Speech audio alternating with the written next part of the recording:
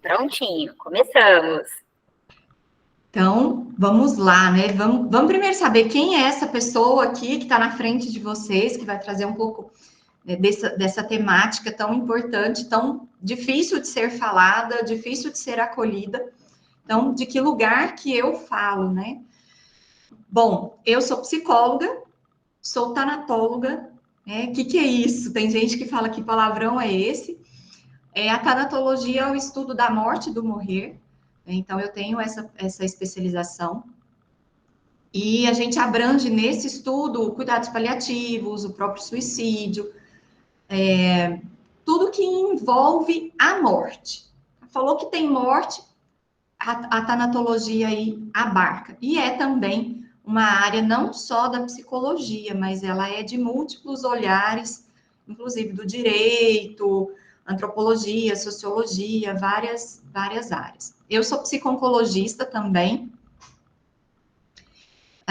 e tenho algumas outras formações. Acho que não é tão importante eu ficar trazendo as minhas formações, muito mais importante é eu trazer o conteúdo, né? Mas era só para vocês saberem, assim, né, quem é, qual é a formação, só para vocês terem noção dessa minha formação.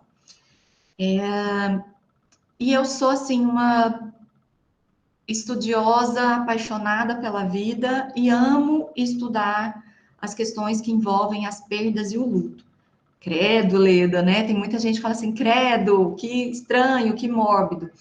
Mas é justamente por poder olhar para a finitude que a gente começa a enxergar a vida de uma outra perspectiva.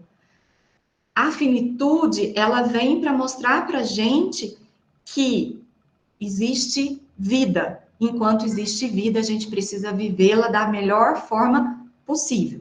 Aqui eu não quero ser, né, hipócrita de falar que a vida é linda, tudo é só florzinha. Não. Tem flores, mas tem espinhos. E a gente aprende a lidar, aprende a conviver, por isso eu trago da melhor forma possível. Porque a gente vai ter, sim, dificuldades na nossa vivência. Eu esqueci de falar, eu sou de Goiânia, atualmente estou morando em São Paulo, mas acredito que até o meio do ano eu estou de volta para Goiânia, tá? Estão me perguntando aqui. E pode me chamar de você, tá? Eu gosto mais dessa tratativa, assim, de igual para igual. Então, vamos entrar no assunto do suicídio, do luto por suicídio. Primeira coisa, é importante a gente entender, né, um pouco da questão do suicídio. Porque o suicídio, quando a gente fala de suicídio, é um tabu gigante. Todo mundo já sai correndo, ninguém quer falar, é muito estigmatizado. Mas a gente precisa entender um pouco essa questão do suicídio. Porque quando a gente fala suicídio, a gente não vê que existe comportamentos dentro desse termo, né? Então, eu tenho pensamento, tenho a ideação, tenho o ato em si, a tentativa e o ato em si. Quando a gente começa a ver que o paciente, que a pessoa tem ali uma certa questão assim, queria sumir, queria poder dormir para sempre, já é alguma coisinha para a gente, opa, peraí, vamos entender melhor o que esse paciente está querendo dizer. Então, a gente precisa olhar para esse paciente de uma maneira mais cuidadosa. E aí, quando a gente fala do suicídio, a gente não fala de um único fator que aconteceu, por exemplo, hoje eu fui lá e terminei com o namorado terminou comigo e eu desesperei, e porque ele terminou comigo, eu penso em tirar minha própria vida. O suicídio não é assim, não é por uma única causa, não é uma única questão. E eu gosto de ilustrar isso para ficar mais fácil. Vocês estão vendo aqui um copo, ele está transparente, e tem uma água nele. Eu até pus uma marquinha para ficar mais fácil, porque eu não sabia a transparência, como é que ia ficar aí para vocês. Esse copo é a nossa vida, né? Aqui é a nossa vida. Na nossa vida, vão acontecendo coisas, situações, desde sempre. Então, acontece, por exemplo, um adoecimento, acontece... Me ajudem aí, coisas que acontecem na nossa vida e que vão aqui para, né, vão acontecendo e vão enchendo aqui a nossa vida de situações. Que mais? Bota no chat aí, vamos escrever. Que situações? Eu coloquei aqui um adoecimento. Frustrações, algumas perdas, perda do emprego, Dívidas. dívidas. Nossa, dívidas a gente põe até mais, né? Perda financeira. Isso, perda do emprego também pode acontecer mais. Amizades Solidão. que acabam, solidão, uma briga com alguém, né? Uma discussão da família. Discussão de família sempre tem mais. O que está acontecendo aqui com a minha água? O que está acontecendo com a minha vida aqui? Essa água está subindo. Se eu não tenho uma torneirinha, que aí pode ser a terapia, podem ser várias formas, né? Aqui da gente esvaziar, isso daqui só vai subindo, subindo. Eu não vou derramar aqui, tá, gente? Porque senão cai em cima do meu computador. Mas isso daqui vai subindo, subindo, subindo. Aí, tá na tampa aqui, né? A vida tá cheia de coisas. E eu não pus a torneirinha ali para... Só vou engolindo, engolindo todas essas coisas que vão acontecendo. E aí, vem, por exemplo, o término do namorado, que era a gota que estava aqui, né, no finzinho. E aí, sim, o término do namorado faz esse copo transbordar. Aí, sim, pode acontecer. Porque o copo já estava cheio, já tinha um monte de situação econômica, situação política. Quando a gente fala de suicídio, a gente tem que pensar que ele é multifatorial.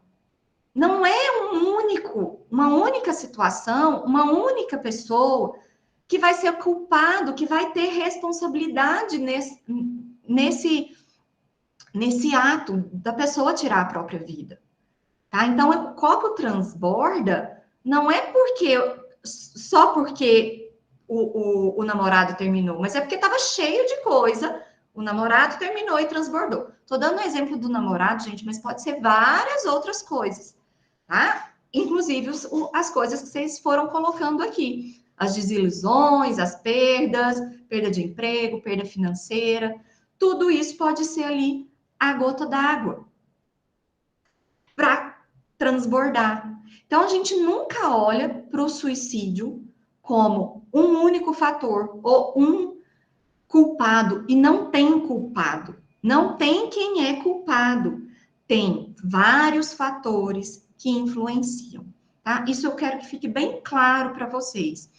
Mesmo que a gente vá falar do luto por suicídio, é importante a gente ter essa base, esse conhecimento do suicídio, porque ele é, sim, multifatorial. Não tem como a gente falar que foi por causa, né, aqui do término, que é o que eu estou trazendo como ilustração, pano de fundo aqui para gente, tá?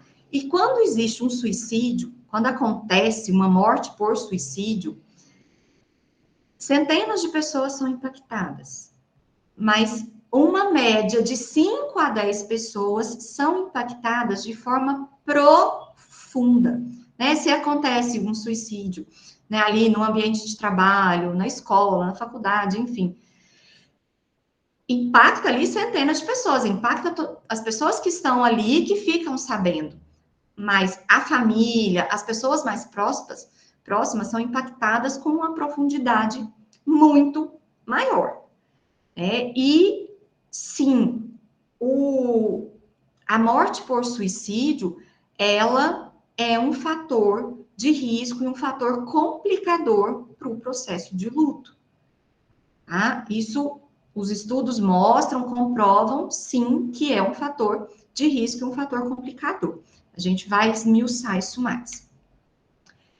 Antes da gente entrar, né, nas particularidades do luto por suicídio, é importante a gente lembrar de algumas questões. Quando a gente fala de suicídio, a gente não fala que é a pessoa suicida, que ela cometeu suicídio. A gente traz outras nomenclaturas, porque senão a gente está rotulando. Então, não é o suicídio só, é morte por suicídio. Isso diminui um pouco essa questão do rótulo, porque senão a gente está ali tacando dando uma eu brinco que é uma carimbada na testa das pessoas. E não é assim, tá? Então, é uma morte por suicídio. Um outro termo que é importante a gente trazer, sobrevivente. Provavelmente vocês já devem ter ouvido falar que a gente tem aí os sobreviventes do suicídio, que são justamente as pessoas enlutadas por suicídio. Tá? Tem sobreviventes também do suicídio, que é a pessoa que teve a tentativa e sobreviveu. Então, a gente tem esse termo também do sobrevivente para quem fez a tentativa e sobreviveu. E tem também o sobrevivente testemunha, que é aquele que, de alguma forma, testemunhou a ação, tá? E um outro termo que a gente vai falar também é a pós-venção. Né? Todo mundo aqui sabe o que é pós-venção? Quem sabe? Coloca para mim sim, sim, e quem... Pode ser só um S. E quem não sabe o que é pós-venção, coloca um N. Não, não. Não, a maioria não. Olha, até agora não apareceu um sim. Tá, importante a gente entender o que é pós-venção. A pós-venção é todo ato, tá, apropriado de ajuda após o acontecimento de um suicídio, né, para auxiliar esses sobreviventes a viver mais, a viver com mais produtividade e com menos estresse. Isso inclui a prevenção de novos suicídios para esses sobreviventes enlutados, porque existe sim um fator de risco quando a pessoa está enlutada por suicídio. E também o manejo desse luto faz parte da pós-venção. Então, a pós-venção, ela engloba todo esse processo, tanto da prevenção de um novo suicídio, quanto do manejo do luto desse sobrevivente. Isso pode ser feito em vários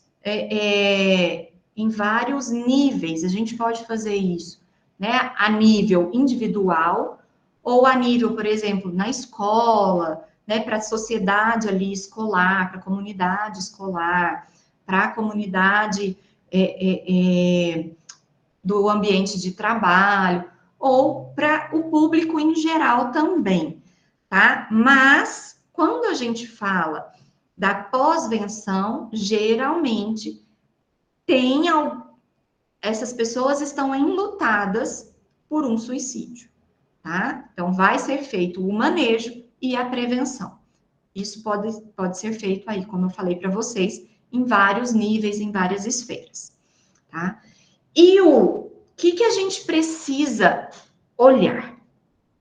Quando a pessoa, né, chega nesse ponto de cometer, né, de pensar e de tirar a própria vida, ela está, o que a gente chama, né, tem os 4 Ds, que ela está desesperada, está desamparada, é a desesperança e tem a questão da depressão. Então, os 4 Ds, desespero, desamparo, depressão e desesperança.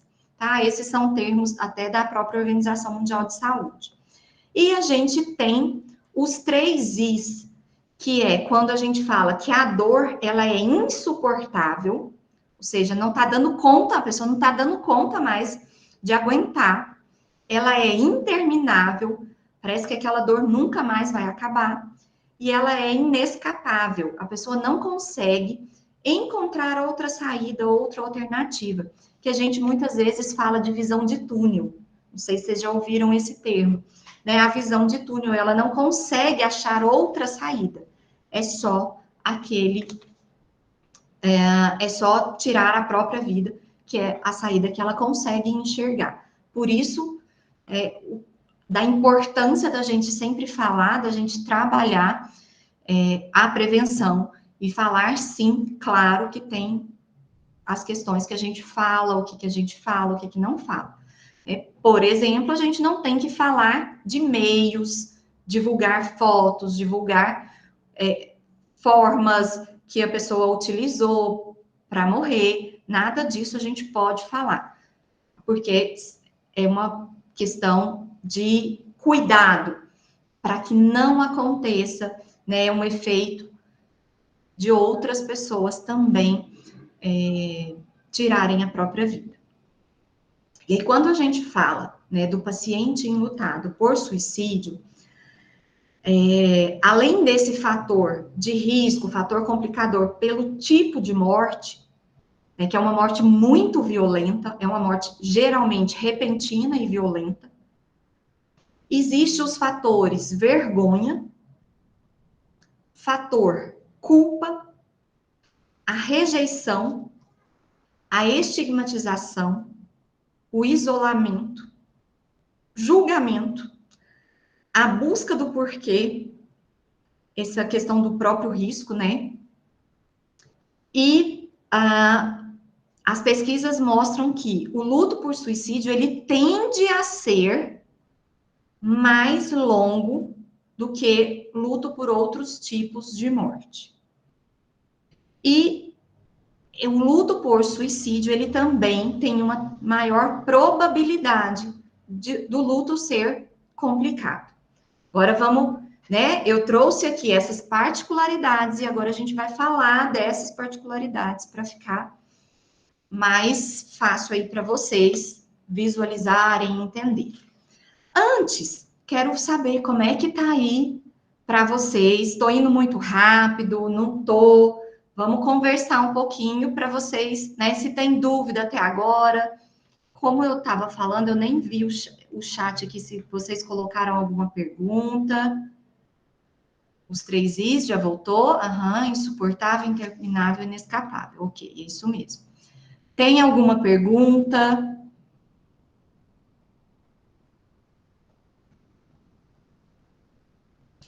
Carla, quando a gente fala, né, por exemplo, aconteceu um suicídio, por exemplo, numa comunidade ali de um aluno, né? Um aluno de uma escola. A escola toda vai ser impactada. Essa escola toda estará provavelmente enlutada. E a gente precisa trabalhar essa pós-venção, que é manejar o processo do luto com alunos, professores, os funcionários dessa escola, da parte administrativa, toda a parte pedagógica, enfim, todo esse ambiente escolar, inclusive os familiares. Porque esse suicídio, ele impacta os familiares dos alunos também. Além da família de quem morreu. Então, é muito importante a gente ter esse cuidado de olhar para essa comunidade. E aí, quando eu trago comunidade, pode ser a comunidade escolar, pode ser, por exemplo, a comunidade ali do trabalho. Eu estou chamando de comunidade por ser, né, um conjunto de pessoas. Tá? Nesse sentido que eu trouxe esse termo comunidade. Então, a gente vai trabalhar o processo do luto, manejar esse processo do luto e também a prevenção de novos casos. Tá? Isso é feito com profissionais especializados, profissionais que tenham muito cuidado, justamente para não causar esse efeito, né, de outros, que é o efeito, a gente chama de efeito W também, que é o efeito Werner, que acontece de outros outras pessoas virem aquele ato ali e falar, eu também vou fazer porque eu estou desesperado, então ele foi lá e fez, eu também vou fazer. Então, a gente tem que ter esse cuidado.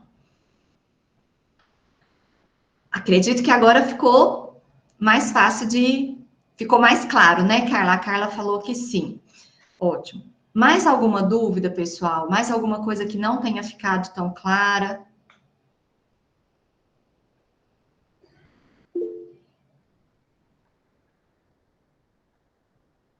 A pós-venção, ela acontece após a morte, porque as pessoas estão enlutadas, já estão enlutadas, tá? Nesse caso das tentativas, muitas vezes isso nem chega ao conhecimento das pessoas próximas, ali na escola, por exemplo, né? Chega muito mais ao conhecimento da rede bem próxima, família, alguns colegas, alguns amigos, mas isso não, entre aspas, se espalha. Não é toda a comunidade que fica sabendo. Então, claro, existe um processo que precisa ser cuidado, que precisa ser olhado, mas ele não entra, o termo pós-venção não entra nesse caso, tá? E seria prevenção mesmo. A pós-venção é a partir da morte concretizada.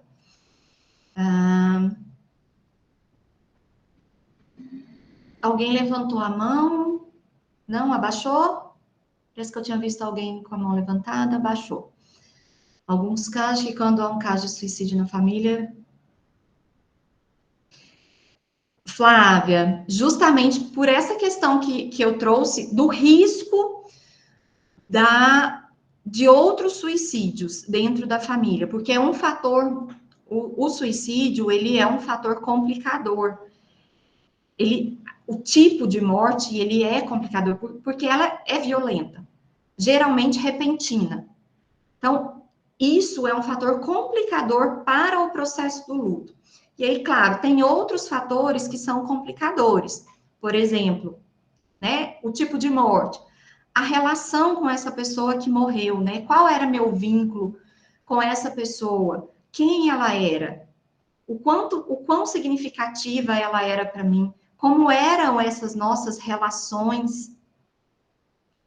Era uma relação saudável, era uma relação de dependência, era uma relação conflituosa? Como era essa relação? Então, eu preciso olhar para isso também. Isso é um fator que a gente fala, vocês podem ouvir tanto quanto como determinantes do luto ou fatores complicadores do processo do luto, tá? Esses dois termos a gente ouve.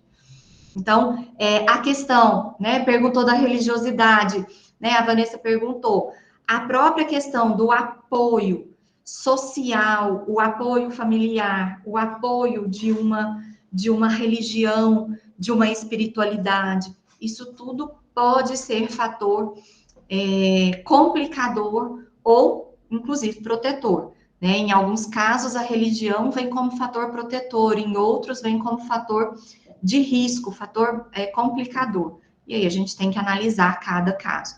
Então, isso, né, de acontecer outro suicídio naquela mesma família, a gente vai olhar para todas essas questões, tá? De todos esses complicadores, todos esses determinantes do processo do luto. E, claro, a gente tem que ver a questão se tem algum transtorno, se era uma pessoa que já tinha um processo ali, né, muitos comportamentos depressivos, algum outro tipo de transtorno, alguma tentativa prévia. Tentativa prévia também é fator de risco, né, fator complicador para o processo de luto. Então, tem várias questões que a gente precisa olhar para entender tudo isso. E aí, aqui aos poucos, quando eu for falando de cada situação, isso vai clareando para vocês, porque vai trazendo mais informações. Mas ótimo, adoro quando vocês perguntam, pode ir perguntando mesmo. Então, quando a gente fala, por exemplo, da vergonha, a vergonha é um sentimento muito presente no luto por suicídio, porque a família, geralmente, fica com vergonha de como na minha família aconteceu isso, se tem uma questão de religião envolvida, como a gente da igreja, acontece uma coisa dessa. Então, a vergonha, ela é muito presente no luto por suicídio. E essa vergonha, inclusive, às vezes impede a pessoa de fazer os rituais, tá? De fazer o enterro, de fazer o velório ali, fazer o enterro, não porque o enterro vai ser feito, o enterro ou cremação, mas de fazer um ritual ali, um velório, porque eles não querem encontrar com outras pessoas e dar explicações, né, e falar que foi. Então, muitas vezes a gente vê enterro, quando é luto por suicídio, às vezes a gente vê um enterro muito rápido, um processo muito rápido, às vezes não é comunicado, ou às vezes uma pessoa da família não participa porque está com vergonha. Então, várias situações envolvem esse processo da vergonha. E envolvendo essa vergonha, o que a pessoa faz? Muitas vezes, ela se isola, ela se esconde. Então, eu não quero encarar o outro, eu não quero olhar de frente. Porque muitas vezes, e aí tudo tá meio entrelaçado, porque o medo do julgamento do outro. O que o outro vai pensar? O outro tá achando que eu sou culpado. O outro tá achando que eu não dava atenção para o meu filho. O outro tá achando que isso e que aquilo. Então, esse julgamento, que é cruel, infelizmente, a gente sabe que muitas vezes existe uma crueldade muito grande em volta dessa família sobrevivente, justamente porque a gente não fala de suicídio, tem um estigma muito grande, dessa estigmatização em torno do suicídio, ela é muito forte. Falar disso não pode, falar de suicídio atrai outras pessoas, vão, né? Ah, não, tá falando, então eu vou lá e faço, como se fosse, entre aspas, encorajar a pessoa. E é pelo contrário, né? Muito pelo contrário. Quanto mais a gente fala com cuidado, ética, respeito, responsabilidade, mais a gente previne, mais a gente mostra para a sociedade que tem saída, por mais que seja difícil, tem saída, porque o que as pessoas geralmente fazem? Se calam. Ó, meu sofrimento eu não vou contar para ninguém, é meu. Ela se cala e ela sofre sozinha. E quando ela muitas vezes vai pedir ajuda, as pessoas fazem chacota. Fala, ai, vai arrumar uma enxada. Você precisa de terapia, né? Terapia cheia de vasilha para lavar. Você precisa de não sei o quê, vai arrumar um lote para capinar. Então, muitas vezes, isso é falado. O próprio processo da depressão, isso já é uma questão que as pessoas ouvem. É muito comum. E na questão do suicídio, é também muito comum as pessoas não ouvirem, não darem atenção. Porque acha que é frescura ou acha que está querendo chamar atenção. E eu sempre falo assim, às vezes, né, o pai, mãe, fala, ah, não, tá só querendo chamar atenção. Gente, esse só querendo chamar atenção, para mim, ele vem de um tamanho assim, ó. Sabe quando a pessoa acha que é desse tamanhozinho? Para mim, chega uma coisa gigante. Ela, ó, cresce. Porque se alguém quer chamar atenção, alguma coisa tem. Ninguém chama atenção só por chamar atenção. Ela tem alguma coisa, tem algo por trás. Se a pessoa quer chamar atenção, tem alguma coisa que precisa ser olhada. Então, a gente não minimiza essa dor, não invalida esse chamar a atenção. Se está chamando atenção, tem um motivo. E esse motivo precisa ser olhado e cuidado. Então, é muito importante a gente ter essa clareza, até para a gente falar com os nossos pacientes, orientar os nossos pacientes. É nosso papel orientar os nossos pacientes, orientar a sociedade, aonde a gente faz palestra, aonde a gente está, a própria família, os nossos amigos, a gente pode. É claro que a gente não vai ficar dando palestra para o amigo, mas a gente pode, numa conversa ali, trazer esses pontos, essas questões. Então, quando tem a vergonha, olha só, quantas coisas a partir da vergonha eu já trouxe. A vergonha que puxou culpa, que puxou, que eu vou falar mais sobre a culpa, que puxou o isolamento, que puxou o julgamento. E aí, voltando aqui no isolamento, a gente tem a questão da pessoa se isolar, ou o enlutado se isolar, ou as pessoas em volta ficarem sem saber o que falar. O que que eu falo, o que que eu faço, como é que eu vou agir. E aí elas se afastam. E isso é muito dolorido para o sobrevivente. Porque ela já tem toda a dor, aí ela tem mais outras perdas, né? Perda do apoio social, perda dos amigos próximos. Porque as pessoas não sabem como agir, como falar. Né? Geralmente fica... Eu já recebi ligação, assim, de pessoas, até da família, falando assim, Leda, aconteceu isso, a pessoa morreu, nem toda vez por suicídio, mas algumas vezes sim, outras não. O que que eu falo? O que que eu tenho que fazer? Né? Então, a gente não sabe, a sociedade não foi ensinada, ninguém ensinou pra gente a falar de morte, e muito menos de morte por suicídio. Sempre o que a gente ouve é não fala. E não pode falar porque é pior. É pior e vai dar força para as pessoas. E não é. Né? A gente tem que dar força para a pessoa olhar para a vida. É força para a pessoa olhar para a vida. Tá? E uma outra questão que vem a culpa. Né? Como eu não vi? Além do julgamento do outro, tem a pessoa também olhando para si própria e dizendo, como eu não vi?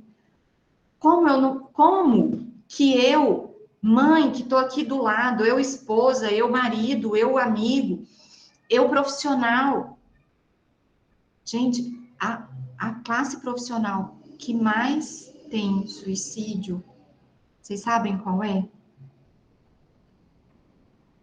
Alguém sabe?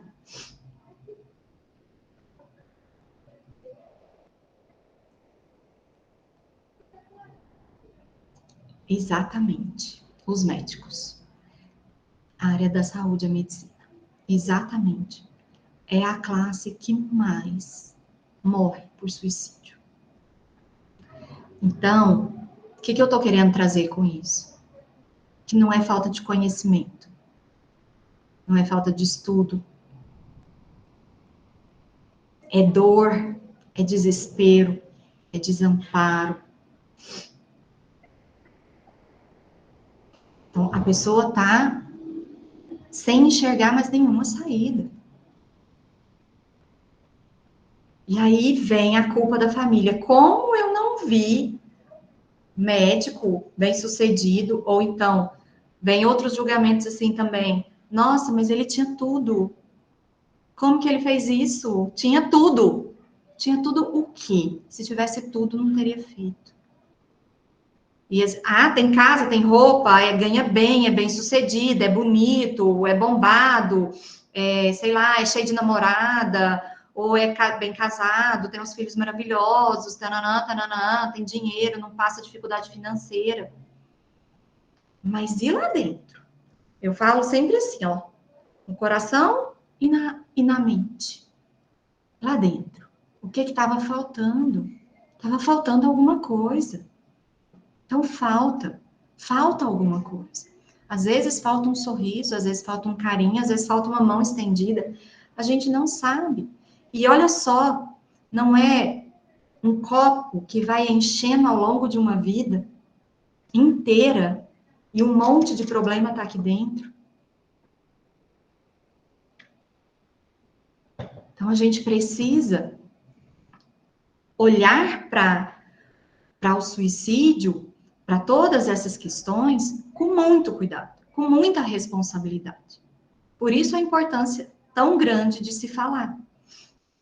E, inclusive, entre os profissionais, existe muito estigma ainda. Tem profissional que não dá conta, não quer falar, não entra em contato, e infelizmente, muitos também falam asneira, né? E fazem um desserviço para a sociedade. Infelizmente. Por isso, a importância, gente, de uma formação, de uma capacitação, de uma especialização cuidadosa. Porque não dá para simplesmente eu pegar um monte de livro, ler e falar, pronto, eu já sei. O livro não traz prática. A gente precisa da prática, a gente precisa de troca, a gente precisa de experiência. Né? Essa base que a gente constrói, ela tem que ser forte, porque a gente tem que ter conhecimento para não falar asneira, para não falar besteira. E quando a gente fala também do suicídio, tem muita questão, né, da busca do porquê. Muitas vezes a pergunta é: deixou carta? O que estava escrito? Como é que é? Como se naquela carta fosse trazer as respostas. Em nenhum lugar a gente vai encontrar a resposta do porquê. O porquê morre junto. E não é um porquê, porque são vários porquês, como a gente viu. São vários porquês. Não tem como falar, foi por causa disso ou daquilo. Não, foi por causa disso, daquilo, mais aquilo outro, mais isso assim, mais isso assado. É multifatorial. Mas essa busca do porquê da família é muito forte. É muito forte. Eles querem essa resposta. E eles perguntam e pedem pra gente essa resposta. Mas é uma resposta que a gente nunca vai poder dar. Porque ela nem existe. Muitas vezes, a gente precisa, a resposta que a gente dá é o silêncio para esse paciente. E o silêncio às vezes dói, até para a gente, terapeuta, psicólogo, né? Às vezes isso incomoda a gente, ai, credo, será que ele não vai falar? Não, o que eu vou inventar aqui para falar? Nossa, o que eu vou falar agora? Porque o silêncio incomoda. E às vezes o silêncio, ele é importante justamente para o paciente perceber, para ele entrar em contato com o que ele está falando, com o que ele ouviu, para ele entender que tem coisa que não vai ter resposta.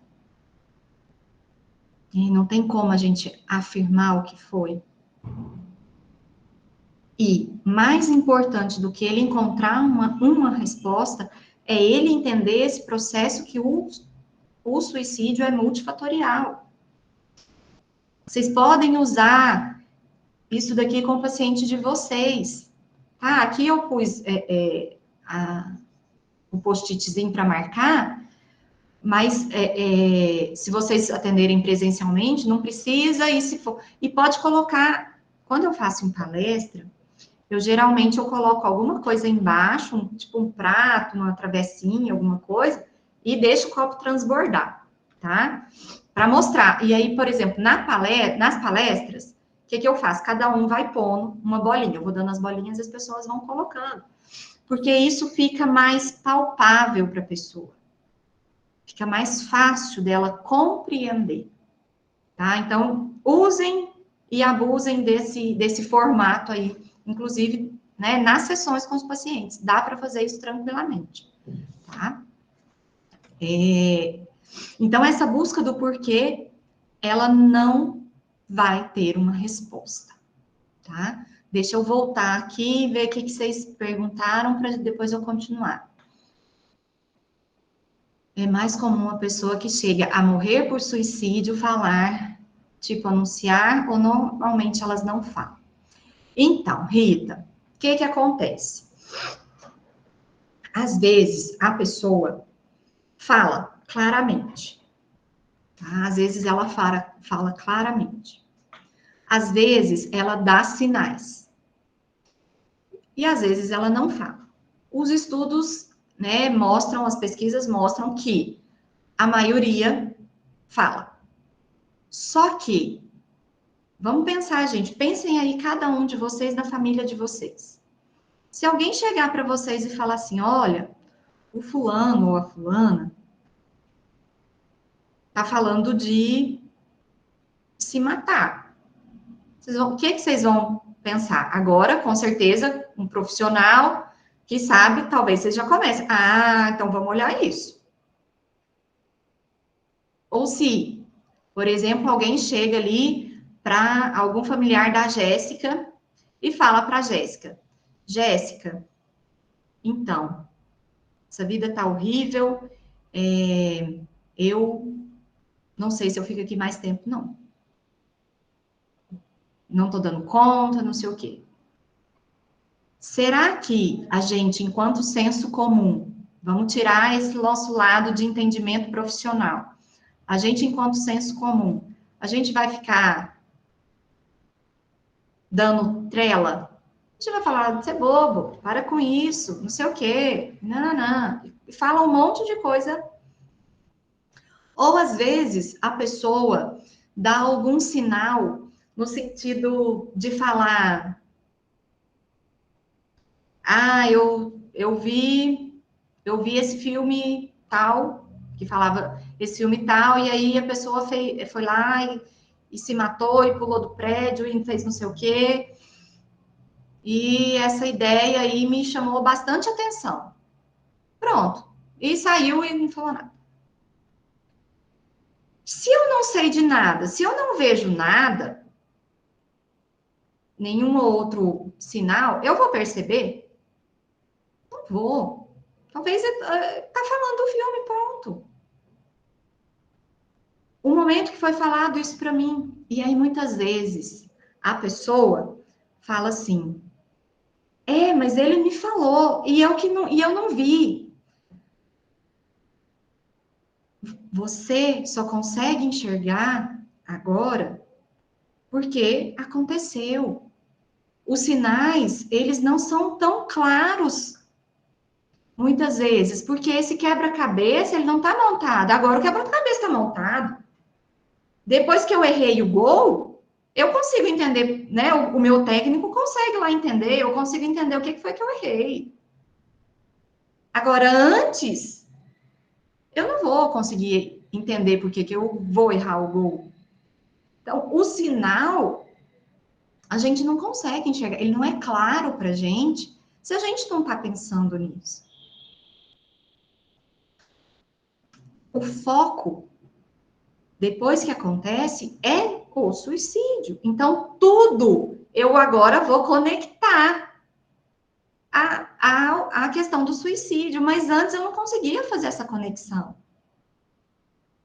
Então, por isso que muitas vezes a pessoa fica ali nessa culpa também, né, de, deu sinal e eu não vi. Não tinha como você ver. Às vezes o sinal é muito sutil. Tá? Então, é importante a gente olhar e trazer essa clareza para o paciente enlutado, para o paciente sobrevivente, para ele entender que, olha, não tem como, não tinha como. Deixa eu voltar aqui que tem mais pergunta.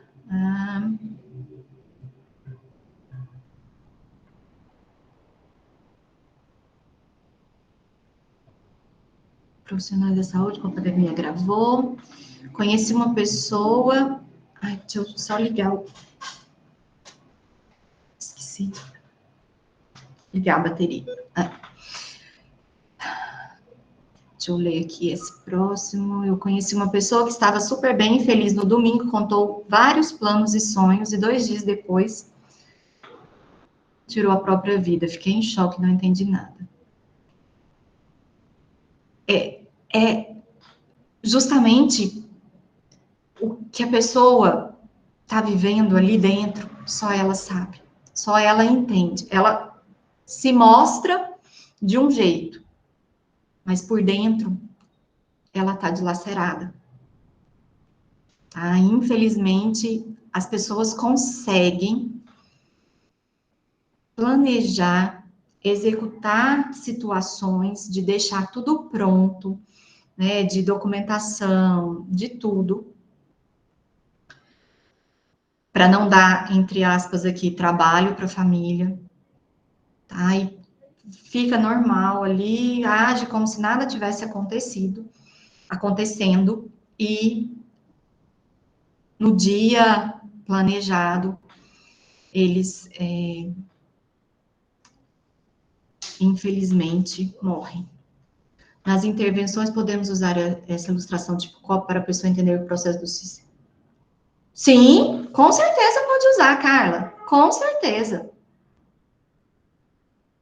Com certeza. Aí, claro, a gente tem que entender o nosso objetivo, tem que entender o contexto, tem que ver o quanto a pessoa vai entender, o quanto ela vai se beneficiar. Tudo que a gente vai fazer, a gente precisa ter esse cuidado com o que a gente traz, né, para o paciente, os nossos objetivos, tudo isso.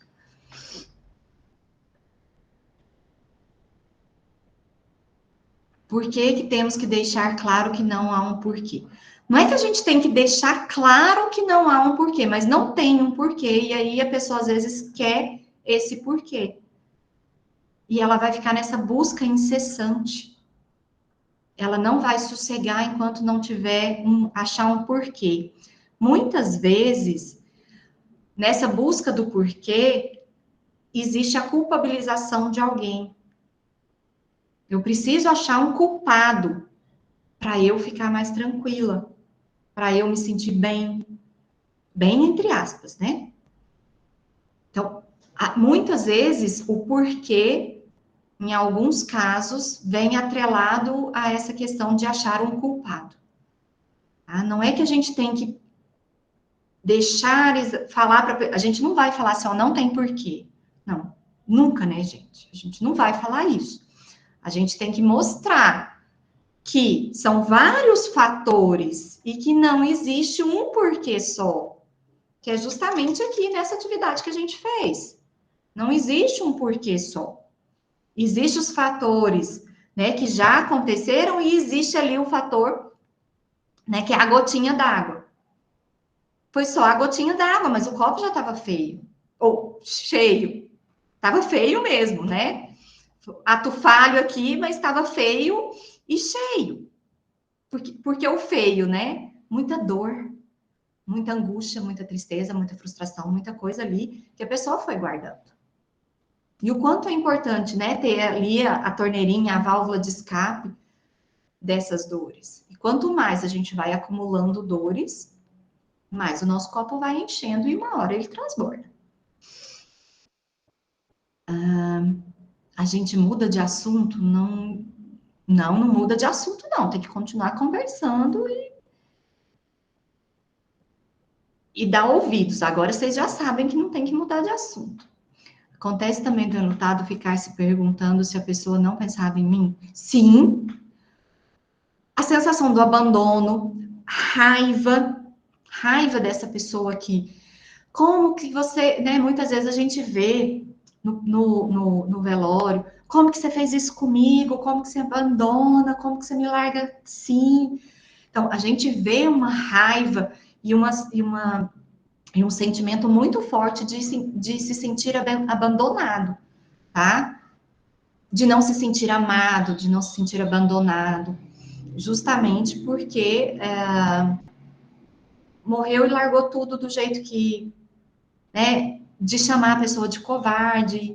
Então, várias coisas aparecem aí.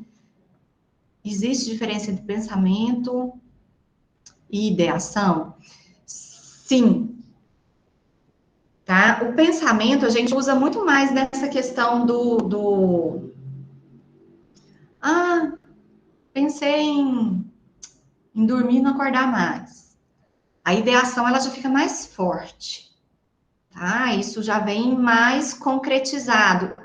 O pensamento é assim, ai, essa vida tá ruim, né? E a ideação já vem assim, tô com vontade de morrer. É mais, de um jeito bem assim, bem simples para trazer para vocês, é assim. O pensamento é algo mais distante. E a ideação, ela já traz a morte mais próxima. Tá?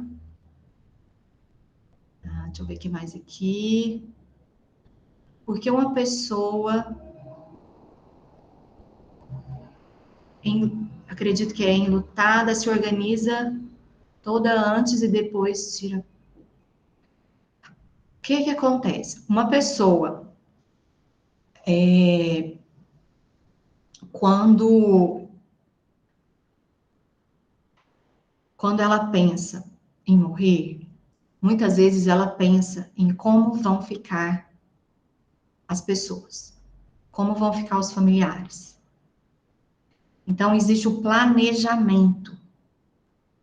Existe o suicídio ali sem o planejamento, né? Tem a ideação e já pula para a execução, para a tentativa e a execução.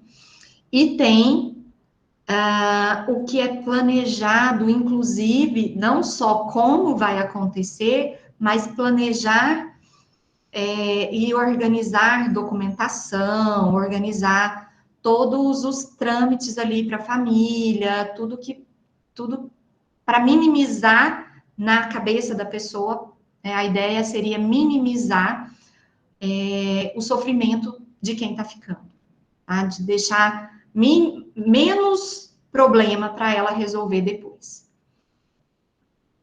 Tá? Então, muitas vezes acontece isso, sim. No trabalho com pessoas enlutadas, sim, o perdão, ele é trabalhado. Não só enlutados por suicídio, mas enlutados de maneira geral, a gente usa o perdão, tanto para si, perdão para o outro, para quem morreu, para algum familiar, é trabalhado sim o perdão, tá? Cartas de despedidas que algumas pessoas fazem normalmente é para amenizar os sentimentos da família ou da pessoa. Geralmente eles acreditam que ali é uma forma de, entre aspas, explicar. Mas a gente está vendo que não tem uma explicação, porque não é um fator único. São várias questões. Tá? Então, às vezes é para tentar diminuir o impacto ou as perguntas, os questionamentos da família, sim, tá? E minimizar a dor. Eles acreditam que sim. Algumas vezes uma pessoa tenta várias vezes e não aceita ajuda. As tentativas, elas já são fator de risco, né? Fator de risco para o suicídio. As tentativas prévias. Se a pessoa não aceita ajuda, se a pessoa não quer ajuda, fica difícil para a família e para o profissional, inclusive. Nós não somos salvadores da pátria. Nós não somos salvadores do paciente. É difícil, é ruim a gente falar isso, mas não vai ser a gente que vai fazer ele mudar de ideia. A gente pode auxiliar ele a encontrar motivos para viver. Mas a gente não tem o poder de decidir para ele, por ele. A decisão é da pessoa. A decisão não é nossa. Então, o que a gente pode fazer é estender a mão. A gente está aqui. O que a gente pode fazer, né, enquanto profissional? Olha, vamos fazer mais sessões? Saber o que está fazendo, saber como está trabalhando, né, utilizar as ferramentas, utilizar a teoria de forma correta, mas tem situações que a gente não vai conseguir evitar. E isso é difícil para a gente. Isso é difícil porque perder paciente é difícil, perder paciente por suicídio é mais difícil ainda. E quem atende paciente enlutado, paciente que tem pensamentos, vou colocar comportamento, tá? Comportamento inclui pensamento, ideação, planejamento, tentativa. Quem tem comportamentos, a gente precisa estar muito disponível. 3 horas da manhã, 2 horas da manhã, eu tô na festa, tenho que sair da festa. Eu tenho que correr agora, são não sei que hora da noite eu tenho que correr, porque o paciente está ali falando que vai fazer tal coisa, tal coisa. eu já tive que sair de casa quase 10 horas da noite e ir para uma cidade próxima, era bem pertinho da minha, mas era uma cidade próxima para, né, ali atender e acudir. E é claro, aí a gente tem outras coisas que a gente tem que fazer, a gente tem que acionar a rede de apoio, a gente tem que ter contato. Então, só que isso é assunto para uma outra aula, porque é muito extenso esses cuidados aí que a gente tem que fazer, tá? Deixa eu ver o que mais aqui.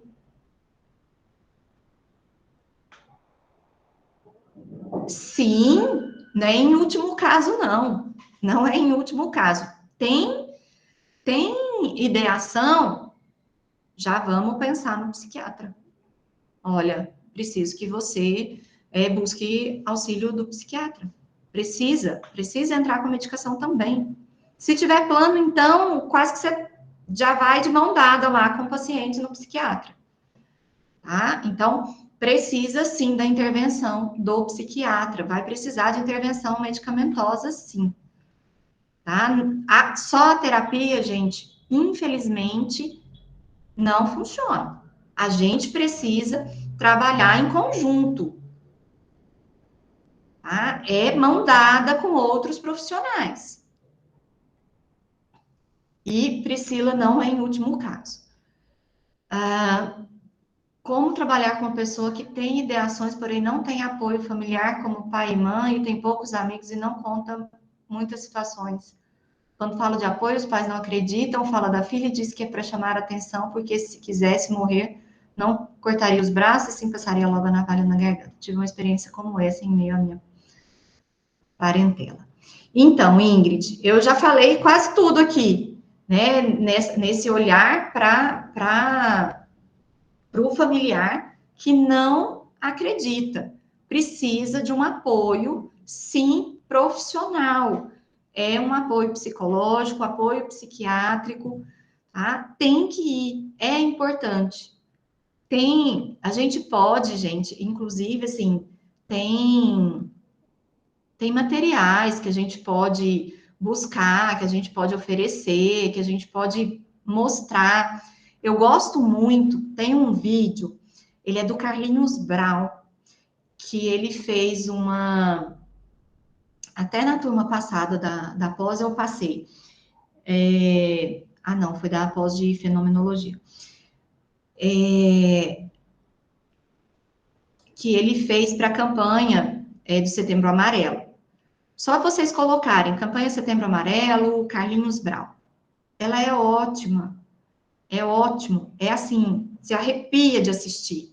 Então, a gente pode utilizar ferramentas de vídeo, de livro, sabe, para auxiliar. Tem um livrinho, deixa eu ver se ele tá aqui. Peraí, deixa eu pegar aqui para mostrar para vocês. Que eu gosto bastante, que é esse aqui, ó. Vida A. Ele é da Sinopsis, tá? Da editora Sinopsis. São duas psicólogas. E ele é um livrinho de atividade. Cada letrinha... Ó, deixa eu mostrar aqui rapidinho para vocês. Cada letrinha, ela diz uma coisa do que a pessoa tem que fazer. Então, são 5 passos para vencer mais um dia. Então, a gente pode lançar mão desses materiais para que a gente possa intervir de forma mais assertiva com o paciente, tá? O que é possível fazer se a pessoa não quer procurar ajuda ou aceitar conselhos? E é o que eu acabei de falar, tem coisa que a gente não tem o que fazer. E o que o José Augusto trouxe, né? Só conseguimos ajudar a quem nos permite ajudar e aceita, exatamente.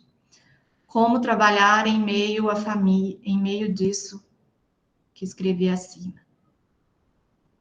Tem que falar a verdade para a família, mostrar material e falar que não é. Se está chamando atenção, tem um porquê. O que está por trás disso? E não é essa história de cachorro que late não morde, tá? Quem quer se matar não fica falando, se mata mesmo. Isso é mito. Tá? Então, a gente tem que falar a verdade, tem que chamar essa família, se for o caso, também. Uma jovem fez chamada de vídeo com os... Nossa! Não dei conta nem de terminar de ler. De tão desesperador para essa família. É desesperador. Desesperador. Essa família deve estar, nem sei. E tem essa questão, né, quando encontra o corpo em casa, né, se for em casa, encontra o corpo, nesse caso aqui, na frente, um horror, isso ainda traz mais, vamos dizer, prejuízo para esse enlutado, porque muitas coisas, pode ter um TEPT, né, o transtorno de estresse pós-traumático, pode desenvolver um TEPT, pode ficar com essa lembrança, vai ficar assim, ó, recorrente, vai ficar esse filme passando na vida desses pais aí, dessa família, assim, repentinamente, assim, constantemente. Eu acredito que deve haver a quebra de sigilo, chamar os pais. Com certeza, a quebra de sigilo, gente, a gente é amparado pelo Conselho Federal de Psicologia. Se existe ideação, além da gente indicar o psiquiatra, a gente tem que chamar a família. Eu já tive que chamar a família que estava em outro estado. Na época eu atendia presencialmente, não tinha essa questão de pandemia, de que pode online e tudo, até porque a questão do suicídio também não é recomendada, né? Quando tem vulnerabilidade, a gente não atende online. E eu tive que chamar a família que estava em outro estado. Falei, eu preciso de vocês aqui. Ah, o que está acontecendo? Não, eu preciso de vocês aqui. Tá? Então, é muito difícil. A gente tem que acionar, sim. E outra coisa, né? O prontuário, gente, ele tem que ser impecável, impecável, com tudo que esse paciente disser, com tudo que acontecer, tem que estar no prontuário. O prontuário tem que ser perfeito, porque provavelmente, em muitos casos, nós psicólogos, às vezes, somos chamados. A depender da circunstância, a depender de tudo, o profissional pode ser chamado. Tá? Então, a gente tem que estar ali com tudo muito certinho.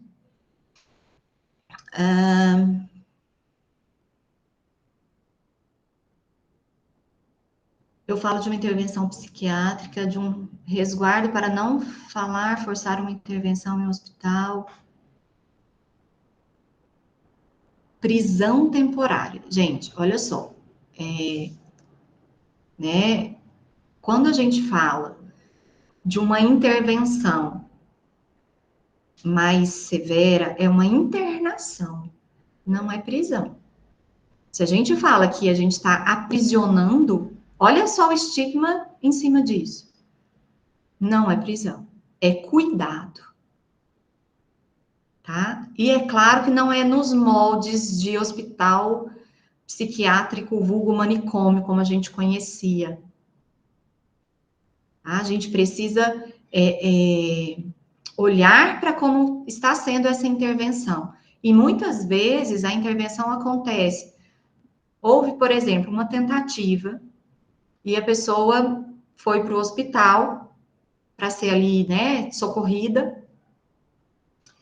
E essa pessoa, ela fica por um período sobre os cuidados médicos, tá? E aí o psiquiatra vai ver a necessidade de fazer uma intervenção medicamentosa com um acompanhamento mais de perto para trazer esse paciente aí para um quadro mais saudável, um quadro que tire um pouco o risco, tá? Podemos considerar que os casos de suicídio estão ligados à depressão e que Não. E que tratando a depressão, o ato do suicídio, evitar. A depressão, os transtornos, eles são fatores que podem contribuir, mas eles não são fatores determinantes. Eles podem contribuir, eles são predisponentes, eles não são precipitantes, tá? Então, Todo paciente com depressão vai tentar? Não.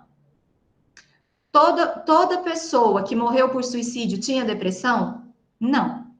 Mas a depressão é um fator que contribui sim, que pode contribuir, que pode contribuir sim para um processo. Porque quando a pessoa está em depressão, ela pode estar sentindo desamparada, desesperada, ela tem uma sensação muitas vezes de inutilidade, né, de menos-valia. Então, como eu não me sinto útil, como eu me sinto, com perdão da palavra, eu vou falar, né, a pessoa se sente o pior que o cocô do cavalo do bandido, né?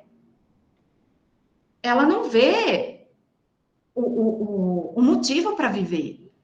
Eu sou tão ruim, eu sou tão tudo isso que eu estou enxergando, porque eu só me enxergo negativo, eu só enxergo preto, preto e branco ali no máximo, aliás, é preto e cinza, né? Não chega nem no branco. Então a gente tem que olhar se existe pensamento, mas nem toda pessoa que tem depressão vai pensar ou vai tentar, tá? E muitas vezes, gente, o que acontece? Quando a gente. Aqui a gente tá falando do suicídio em si, né? Acabou que a gente não tá falando só do luto. Mas quando a pessoa, às vezes, é mais impulsiva, quando ela se sente melhor, às vezes é o momento que ela tenta. Porque ela tá mais fortalecida, às vezes pós-internação, tá? Ela sai mais forte, entre aspas, ela se sente mais forte e ela tenta novamente, tá? Então, inclusive, esse período é um período de alerta pós-internação. São vários materiais que existem, né? E o principal material é a pós-graduação, né? Esse material, porque vocês vão falar direto com as pessoas, né? Tem um livro que eu gosto muito, que é de um dos professores, pelo menos ele estava na turma passada, eu espero que ele esteja nessa, que é o Neuri Botega, né? Dr. Neuri José Botega. Ele é médico psiquiatra e ele escreveu esse livro, Crise Suicida, Avaliação e Manejo. Esse livro é base para muitos profissionais, inclusive para mim. E o Dr. Neuri ele, pelo menos na última turma, ele era um dos professores. Eu não sei se a Milena sabe aí dizer para gente se ele vai estar nessa turma agora. Estou me informando agora. Então, tá, jóia. Tá? Então, vocês vão estar ali com as pessoas que estudam, que escrevem sobre, tá? Que pesquisam. Esse livro dele é todo baseado em pesquisa, é excelente. E tem vários profissionais que falam sobre o tema. Gosto muito da Karina Fukumitsu, da Karen Scavacini. A Karen é uma sumidade também no tema. Então, são pessoas que falam e entendem muito desse assunto. É a fonte que eu bebo, vamos dizer assim. Procede falar que existe pessoa com predisposição para tirar a própria vida? As pessoas a definem como suicidas, que é o que eu falei lá no começo. A gente não usa esse termo, né? Porque senão a gente está, dando carimbada na testa do outro. Ou seja, tem uma ideia fixa, independente do contexto. A gente não nasce querendo morrer. Então, essa pessoa, ela começou a pensar a partir de situações que aconteceram. Não foi do nada. O potinho da vida dela estava só cheio, estava com água. A vida dela foi enchendo de água. Os problemas que foram acontecendo para esse copo transbordar foi o que foi levando ela a pensar nisso, tá? E a gente não fala suicidas, tá? A gente não dá carimbada. A tentativa de suicídio na infância também seria algo que deveria ser tratado com internação ou só acompanhamento? Gente, a internação é casos extremos, depende, não tem como a gente falar que para toda tentativa tem que ter internação, não. Não é. Igual, nesse caso aqui que eu falei de internação, foi, por exemplo, a pessoa se cortou, precisa ir para o hospital. A pessoa tomou algumas medicações e precisa fazer a lavagem estomacal. E às vezes essa pessoa precisa ficar internada, às vezes a pessoa chegou num estado, precisa ir até para uma UTI. Então, essa internação que eu estou falando, tá? E aí a internação com o psiquiatra para cuidar da saúde mental, inclusive da questão do suicídio, é uma avaliação do psiquiatra, não é avaliação nossa, enquanto psicólogos. Tá? É uma avaliação do psiquiatra.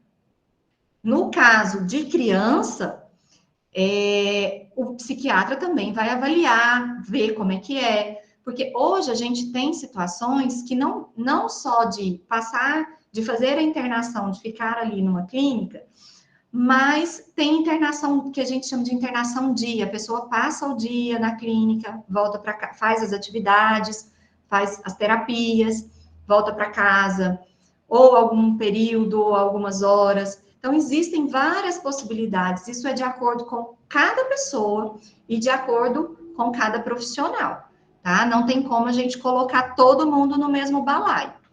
Cada pessoa vivencia a vida e o luto e a questão, né, do suicídio de forma única, particular.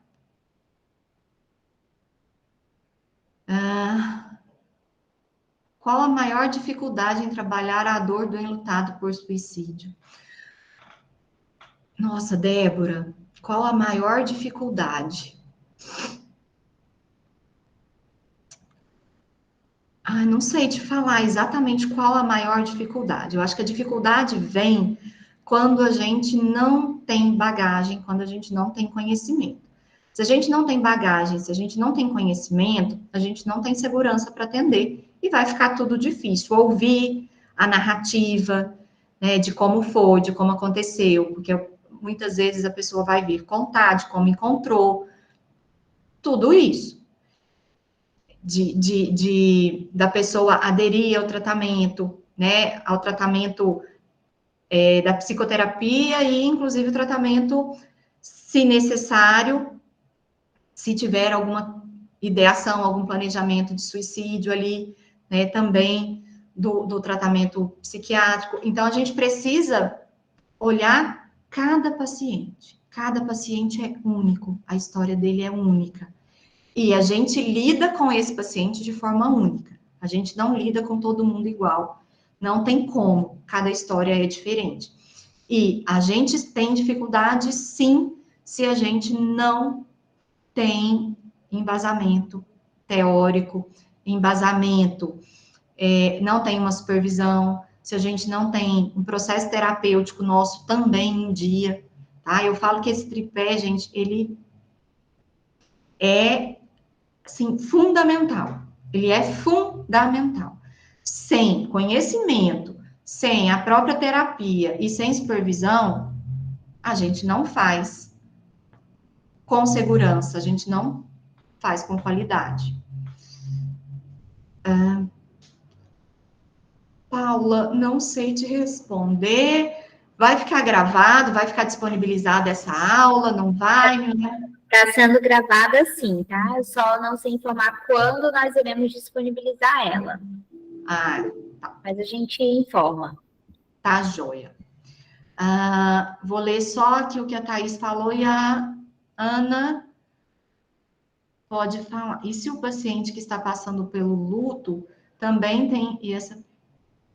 Thaís, foi tudo que a gente conversou aqui hoje, né? Foi justamente isso, porque esse luto, principalmente se esse luto é por suicídio, pode vir também ideações, tentativas, sim, para um processo aí.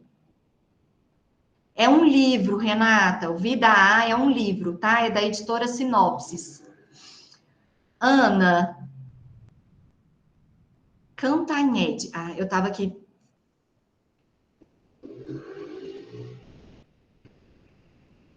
Mas tem, tá? Na editora Sinopse você consegue. Ana, você levantou a mão, pode falar. Se você quiser abrir o microfone, por favor.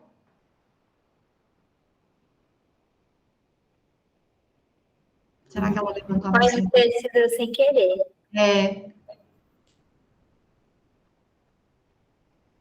Provavelmente foi sem querer. Ah, então tá. Foi sem querer mesmo. Tá, joia. Então, pessoal, essa questão, né,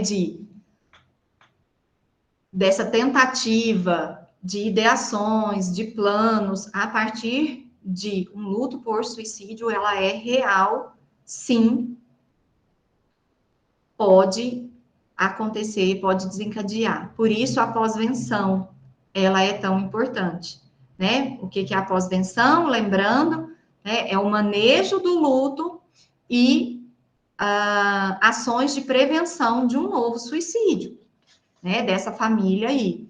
Então, toda ação que a gente faz para auxiliar essas pessoas, ela, a partir de um momento que houve um suicídio, é uma pós-venção, tá? E a prevenção também entra na pós-venção. Ai, que bom, Kelvin, que bom. Gente, mais alguma pergunta?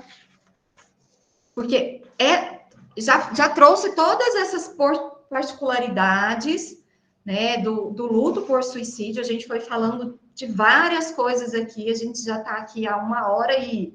Vamos por 10, faz de conta que teve 10 de lambuja aí, né? 1 hora e 10 minutos falando, né, dessa questão do luto por suicídio, das particularidades, o quanto é importante a gente ter o cuidado, o quanto é importante a gente olhar para a pessoa enlutada por suicídio. E não é porque a pessoa está enlutada por suicídio que ela vai tentar também o suicídio, tá? Mas pode ser um fator. Por isso, a pós-venção, tá? Então, não é fator enlutado por suicídio vai tentar suicídio. Não. Mas pode acontecer. Que fique bem claro, ainda bem que tá gravado, para depois não falar assim, a Leda falou aqui todo. Não, tá gravado. Né? Aqui não tem essa questão. Então, é muito importante a gente ter esses cuidados, tá? Do que a gente fala, de como a gente fala, né? O suicida. Não é o suicida. É a pessoa que está em situação de vulnerabilidade, uma pessoa que está em grande sofrimento, uma pessoa que tem ideação, uma pessoa que já tentou, mas não é o suicida, porque senão a gente está colocando, dando uma carimbada. É como se fosse assim, ó, ele é o suicida, qualquer coisa que a gente fizer, não vai adiantar, porque ele é suicida mesmo.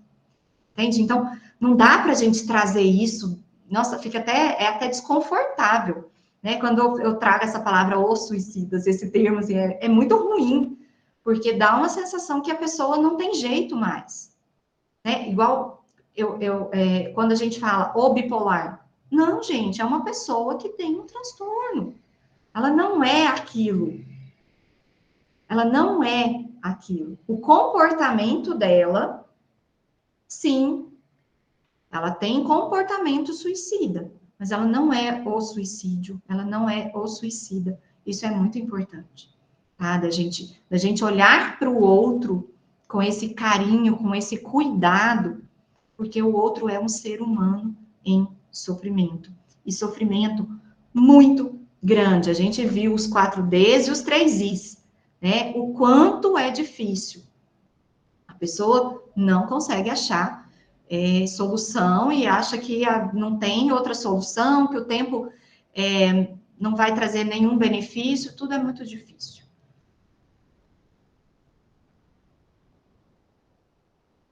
Não, o luto por suicídio é quando é consumado, tá? A tentativa, na verdade, assim, ó, o que a gente tem alguns tipos de luto. O luto, a gente tem o luto antecipatório, que é um luto que a gente vivencia por algo que ainda não aconteceu, mas não necessariamente vai acontecer. Como, por exemplo, pessoa que recebe um diagnóstico de câncer, ela vivencia já um luto antecipatório, muitas vezes.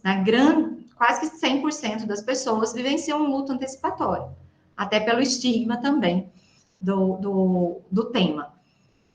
Então, nesse caso, fica talvez um luto antecipatório da possibilidade de novas tentativas. Tá? Aí sim, possibilidade de novas tentativas pode deixar essa dor aí.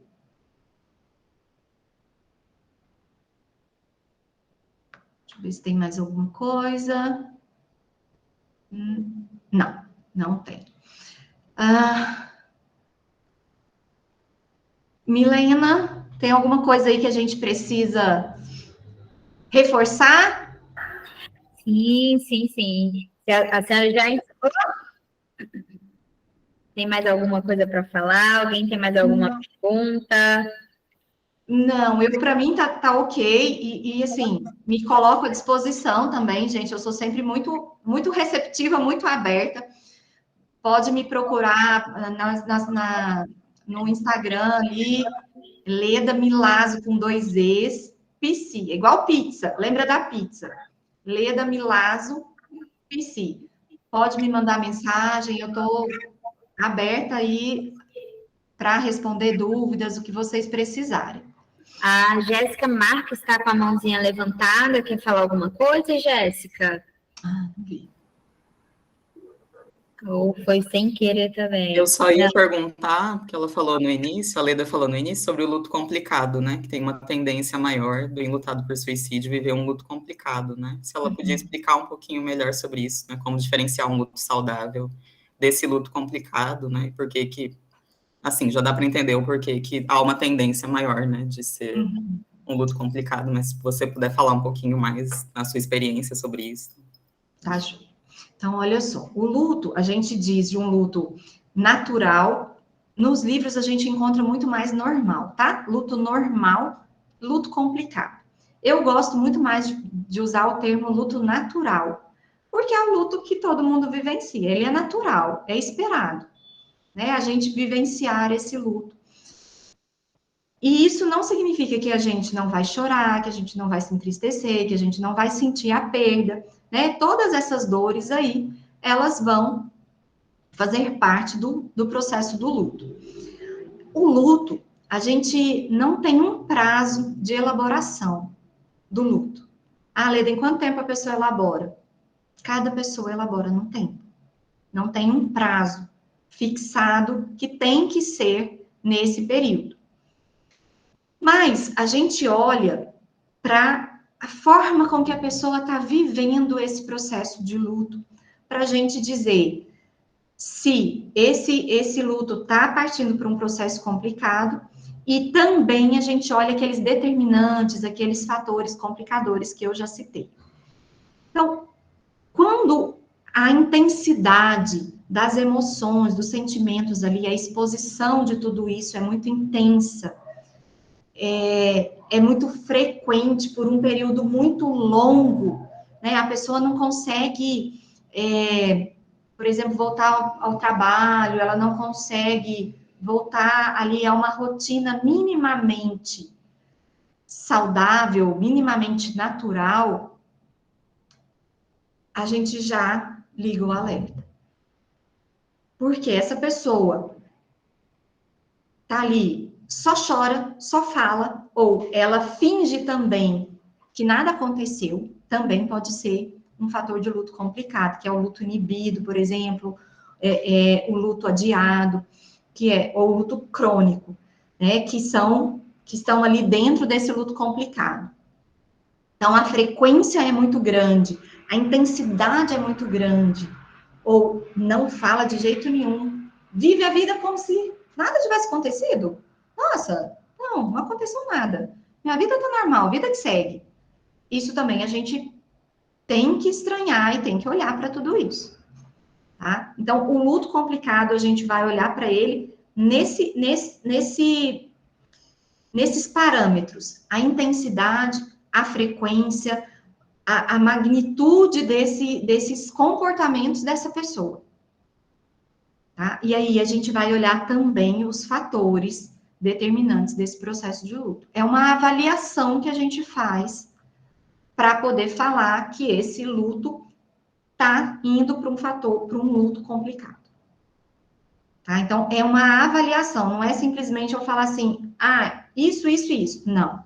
Tem que avaliar o paciente, eu tenho que avaliar o histórico dele de perda, o histórico de vida, o histórico de adoecimento, tá? Inclusive adoecimento da questão da saúde mental, eu tenho que olhar para tudo isso. Para aí eu olhar e falar assim, realmente, esse luto aqui não está no curso natural do luto. Respondido? Ficou claro? Tá bom.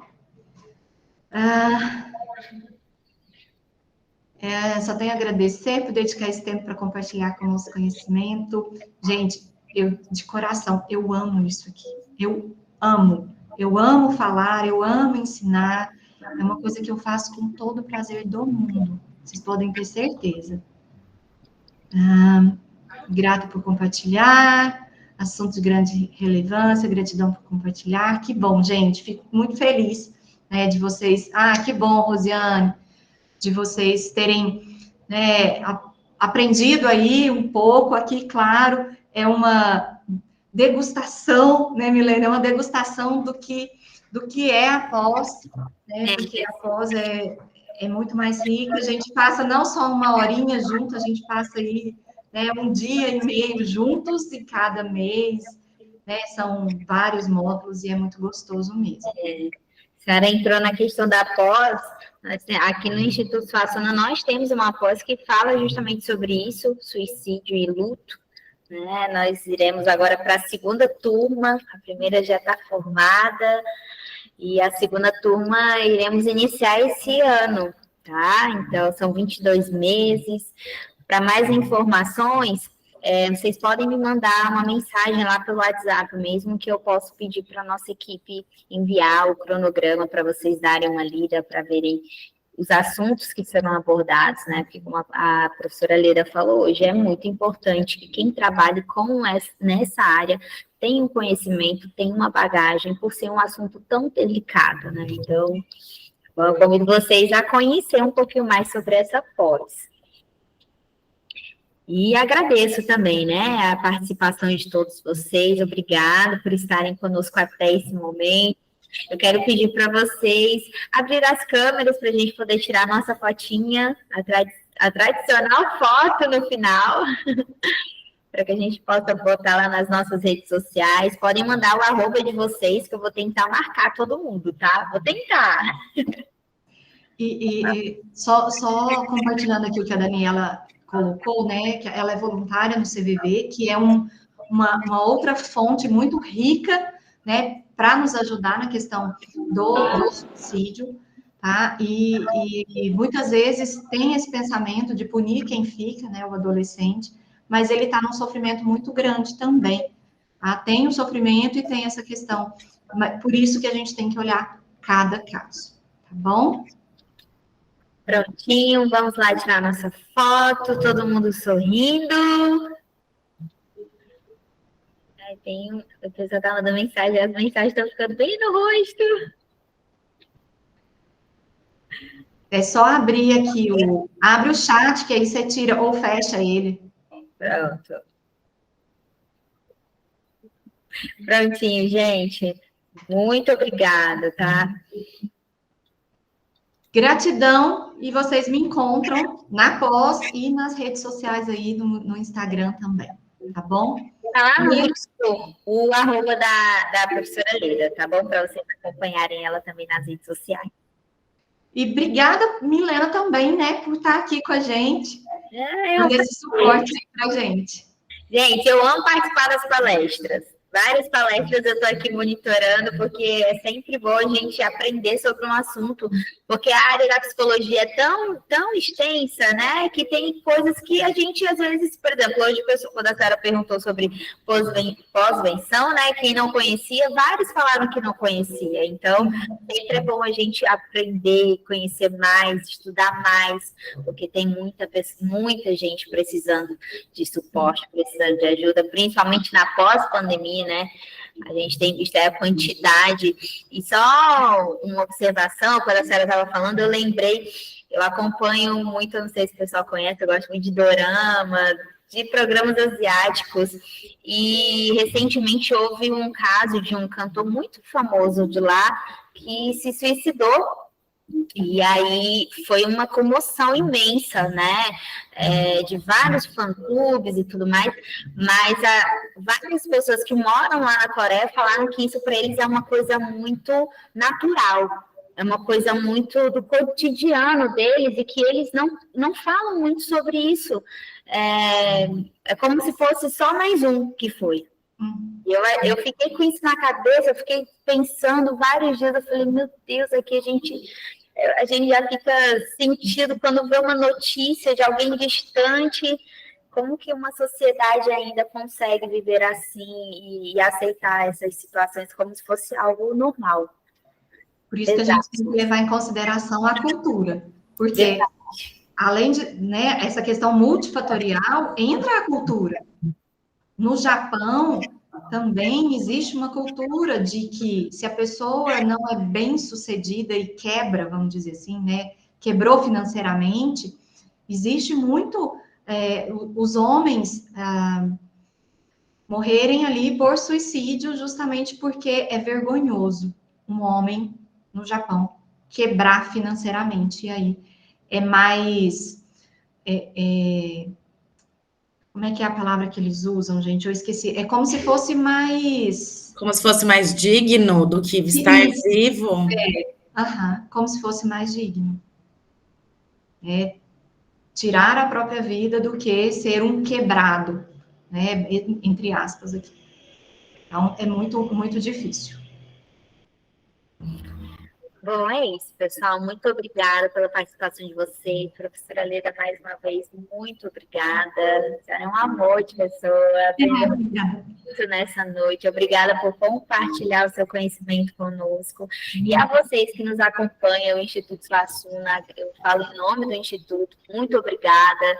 A participação de vocês é muito importante para nós. E para nós também é um prazer poder oferecer isso para vocês, tá, gente? Então, tenham uma boa noite, um bom final de semana, que nós possamos aprender ainda mais. Então, beijo para vocês, abraço cheio de muita vida. E eu sempre termino minhas aulas dizendo: viver, espalhe essa ideia. Então, espalhem essa ideia, que a vida pode sim ser boa, apesar das dificuldades. Tá bom? Beijo no coração de vocês, gente. Obrigada pela companhia. Tchau, tchau.